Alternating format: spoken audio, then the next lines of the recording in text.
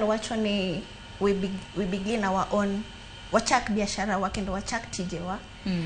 Oken gimoro ma iwacha wacha to nyathi moro amora ma osetieko mbalariany kaka wanyalo chako.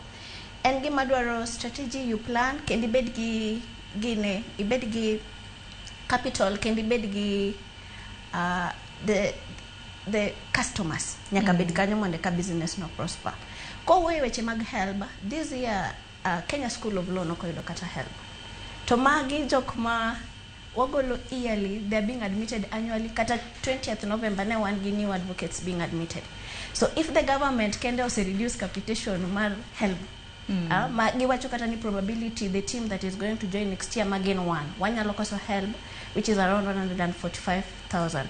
Then okay to kata service delivery bedo matek nikech gima pane timore malich ahinya en ni ka ji otieko form 4 to ji ok okawo time moro mang'eny mar ng'e ni gidwa timo ang'o in their career progression.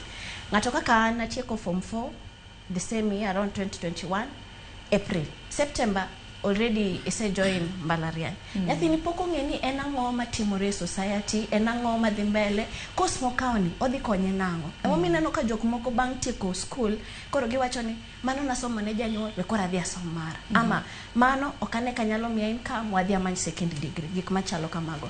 Nikech wadonjo e mbalariany ka pachwa pod tindo. Ing'eni ka wan e school kachacha form 4 gima wakwongo wang'iyo mokwongo en ni ba yudo C+. Bang' mano kokang' na chak ng'iyo ni adwa timo ang'o. Nitie jok mabeyo manyalo chako ni an adwa bedo daktari, kata adwa bedo okil, kata adwa bedo injinia kapod gitindo. To kitieko form 4 ibiro fwenyo ni matin ma gik mane gidwaro ka gin joma tindo giyudo ka mbalariany. Koro ng'eny gi boyudo ni ng'ato kaka an adonjo okil nikech no ken gimoro mana wacho katin kata certificate ga mago mag PP2 moko ma ji dhi graduation ka maro ko ndik ni okil. Lakini kisedonjo kae to chuni ni nyaka koro iikri kendo ibed gi paro moro machak nyisi ni idwa bedo ng'at mang'ongo. Koro nyaka ipogri gi kaka behave, gi kaka itiyo gi gik mang'eny, kendo paro gi nyaka keti mi bed ng'at ma nyaka ing'e gimidwaro koro. Koro paro ni samoro bedo ni serikal ni keto nyithindo bedo dala chiegni 1 year cha was also very good. Miyo gi time mar understand themselves. Koro ging'eyo life from a point of bedo dala. How is it? Koro ka gidonje mbalariany to ging'e ni ang'o monego atim, ang'o monego prioritize.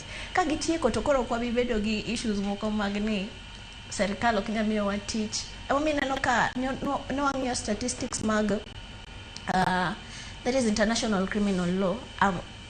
Ago Moscow machowa Kenya bedo hinted as a country matimo human trafficking. How? In terms of jobs. Ji ok oyudo tich Kenya, koro inyiso gi ni unyalo yudo tich maybe Saudi Arabia or something. But these things are not coming voluntarily. Giyudo some exchange in return. Emomiyo koro ineno ka other organizations brand is as at human trafficking. Koro en gimoro ma pod en a very broad conversation ma pod wadhi bedo go gi serikal. To gisani let them also give help. Kanyota ne gimiyo the ones who are done form 4, then even us joining the Kenya School of Law, we don't have those licenses. Poko bedo gi license ma yeno mondo wadi e court mondo watiji. Koro ber kagi miyo magi the support obeda all through nyaka ng'ato tieki. Kada ne jo KMTC bin nan ko sengine gi odiochieng' manyore nyasi margi mar approach ko dang'wen ne gin bende chendo nitiere ibro